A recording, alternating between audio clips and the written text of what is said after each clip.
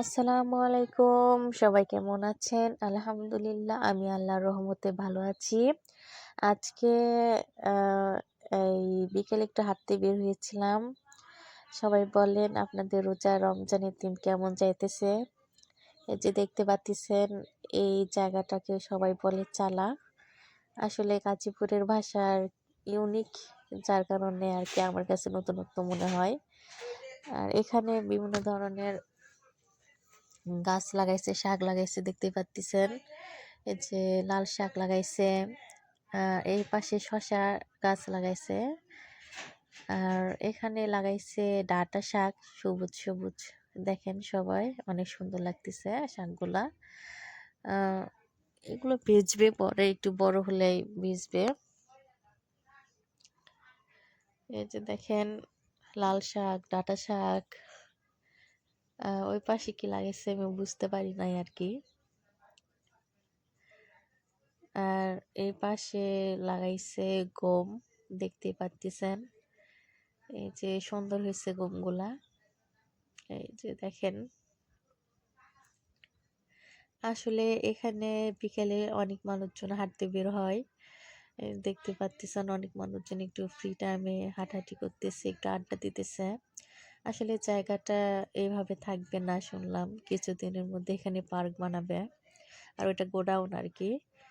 আর হ্যাঁ, পার্ক হলেও ভালো হবে। মানুষজন একটু তাদের ফ্রি টাইম স্পেন্ড করতে পারবে এখানে। দেখতেই পাচ্ছেন। আর ওই বাউন্ডারির ওটাও নাকি একটা ফ্যাক্টরি হওয়ার কথা আছে, জানি না কবে হবে।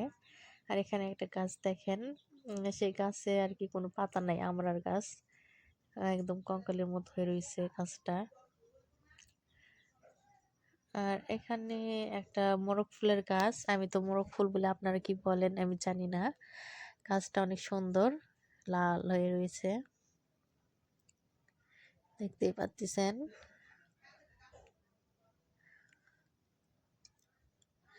আর এখানে একটা বিড়াল দেখেন তাকাই রয়েছে কিভাবে। বিড়ালটা অনেক কিউট, কিভাবে তাকাই রয়েছে।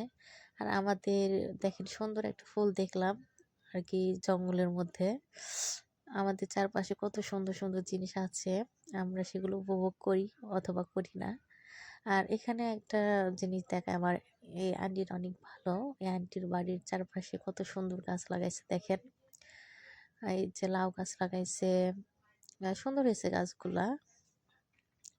আন্টির সাথে কথা বললে আর কি মন ফ্রেশ হয়। আন্টিটা অনেক মজার।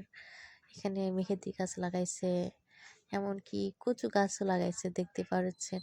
এই যে কচু গাছ, সে কিছু বাদ রাখে নাই আর কি। এই যে দন্দুল ধরেছে। আর এখানকার মাটি অনেক ভালো, যার কারণে যা লাগানো হয় সবই হয়। আর এই যে তাল গাছ বাউন্ডারির পাশে, বাউন্ডারি আর কি, এখানে ফ্যাক্টরি